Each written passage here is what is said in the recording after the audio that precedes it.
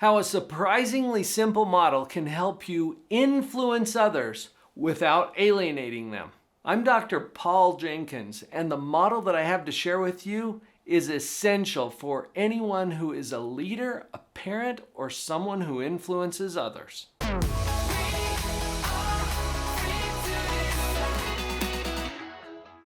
There's some good news and some bad news. I'm going to share both with you so that by the end of this video, you'll know how to have influence. And don't worry, the bad news isn't that bad. Here's what I've learned as a professional psychologist.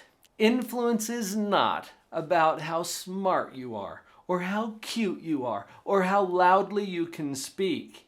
It turns out that influence is more about your focus, where your mind is. And that's really part of the good news, because you can choose where your focus is and practice it on purpose. The model that I'll be sharing with you is best understood visually, and I've even got a PDF copy for you. If you will go to the URL that's on the screen right now, drpauljenkins.com/influence. Go grab the PDF version. You can print this out. You can follow along as we have this conversation. I think it's going to make a whole lot more sense to you. When I said it's all about your focus, notice that your focus can be on how I feel or how you feel. Now, I'm using first person here so that you can own it. All right, so consider when you see the word I on the model, it's you. And when you see the word you, it's whoever it is that you're interacting with. It might be the people that you're leading or your kids if you're a parent. That's how I've designed the model. So we've got this red column, how I feel, and the yellow column, how you feel. You with me? Now, let's look at one more dimension. You'll notice on the red row is about me, and the blue row is about you. So at first we're talking about the feelings, and now we're talking about the content. Is my focus about me? That's the red line.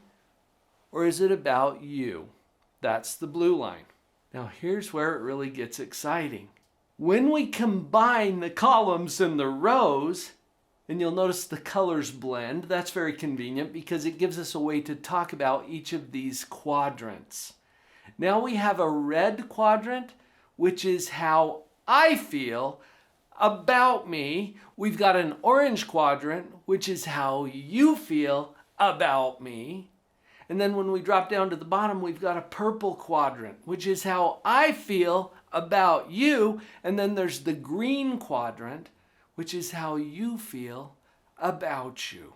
Let's talk about each of these quadrants individually. I think you're going to see some ways that this applies. First of all, that red quadrant. This is how I feel about me. Think about that for just a minute. If my focus is on how I feel about me, am I smart enough? Am I cute enough? Am I competent? Do I have this? Am I prepared? Can I do this? Am I good enough? Those are all red thoughts. When we're in the red, we predictably feel self-consciousness. Now, I'm not talking about a healthy sense of self-awareness. I'm talking about that anxious, oh, am I good enough kind of a feel. That's where we are in the red. Now, is red always negative? No, not necessarily, but it's risky because anytime our focus is on how we feel about ourselves, we are subject to that self-consciousness, even if it's positive. Oh, I think I'm doing a good enough job. And sometimes that can feel very tenuous because something could change at any time. Anytime the focus is on ourselves, that's what we're going to experience. All right, now let's move to that orange quadrant. Now my focus is on how you feel about me. Do you like me? Do you think I'm good enough? Smart enough? Cute enough? Do you think I'm prepared? Do you think I did a pretty good job on that? Do you think I can pull this off? Okay, that's all orange. The risk when our focus is in orange is insecurity. Can you see that? Welcome back to junior high, everybody, because it's all about, ooh, do I fit in? Are they going to like me? Do you see it? This is based on external validation. I only feel okay if you feel good about me. See how you feel about me. That's the orange. Now, whether it's red or orange, we have the same problem. Anxiety. Remember, I'm a professional psychologist, and this is part of where anxiety comes from. When our focus is all about me, whether it's how I feel about myself or how you feel about me, I am likely to struggle with anxiety. My daughter shared with me an insight about this. A couple of years ago, she was doing some volunteer missionary service for our church. And when she would write home, she would express how she was feeling. And there was a time period when she was having quite a bit of anxiety. And then I remember one of her letters home where she said, and I love this as a father, she said, "Dad, I figured it out." I'm like, "What? What did you figure out?" She said, "Every time I feel anxiety, it's all about me." And I found out that if I just go out there and serve people, if I'm not thinking about me, if my focus isn't about me, I can get out of the anxiety. Brilliant. Notice where your anxieties are. And probably it has something to do with your focus, and it's probably about you. Just notice that. Now, I'm not here to tell you how to think. I just want you to see that you are, and where your focus is matters. Let's see what we've got left on our quadrants. Let's go to that purple quadrant next. Now my focus is on how I feel, but this time it's about you. Do I like you? Do I think you are smart enough, cute enough, prepared? Do you have it? Do you have what it takes? Do I approve of you? This, incidentally, is where parents get stuck a lot of the times. Because as a parent, look at where our focus is. A lot of times our focus is on how we feel about our kids and what they're doing and whether we approve of them. Just notice that. The pitfall that we run into in that purple quadrant is criticism. Now, criticism doesn't have to be real or intended. As long as it's perceived, it creates the same kind of results. And when my focus is purple on how I feel about you, then you are likely to feel judged or criticized. And incidentally, this is true even if it's positive. Even if it's positive, picture that for a minute. I pat you on the head. "Oh, I approve of you." Yeah, like what gives me the authority to approve of you or not? Do you see how judgmental that is? Do you see how that could be perceived as criticism, even if it's not intended as such? And often it's negative. "Oh, you could be doing better." Yeah, when's that going to stop being true, by the way? But notice the focus. When it's about how I feel about you, you are likely to feel criticized.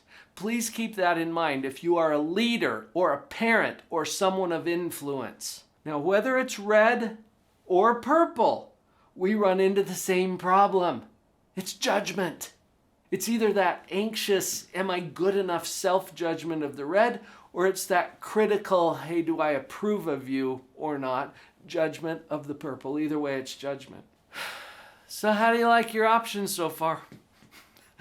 Not so much, right? This is where we get stuck, in that red or orange and the anxieties of those, or the judgment of red or purple. Don't like our options so well. Let's go green. Now moving into the green quadrant, this is where it's no longer about me.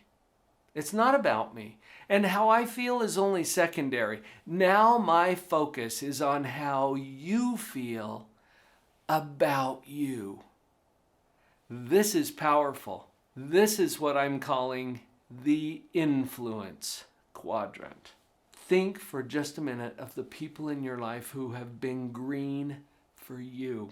Can you think of some? I can think of one. My Little League basketball coach, Coach Klein, big, burly German guy. And I remember him pulling me aside one day after a basketball game. And I was not very good, folks. I didn't have sweet skills when I was that little pipsqueak basketball player. But he pulled me aside, put his arm around me, and he said, "Paul, thank you for coming. We couldn't have done this without you."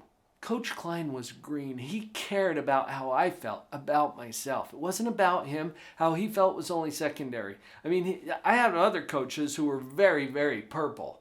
And they would say, "Now you can do better. You can do better. Come on." Which is true, but I felt judged, okay, criticized. You go green, and two things start to happen. Now, this is where I promise you some good news and some bad news. The good news is, as you look at the whole model, when you go green, people will love you. They will be drawn to you. They will want to follow you. You will have influence. But, and here's the bad news, if you're doing it for that purpose, it's not green. If you're doing it because you want people to love you, that's orange. See, now your focus is on how other people feel about you. If you're doing it because you want to influence people, that's not green, that's purple. Because now your focus is on how you feel about them, and obviously they need your influence or your help. It has to be genuine. And I said the bad news isn't too bad, because you get to choose where your focus is. It's got to be genuine. This simple model changes the game when we're talking about influence. I hope you can find some ways to apply that right now in your leadership, in your parenting, in the way that you can influence others. Okay, I've walked you through it. Make sure you get your copy. I'll send you a PDF summary of what we just talked about along with the visual. drpauljenkins.com/influence. I'll put it right in your inbox.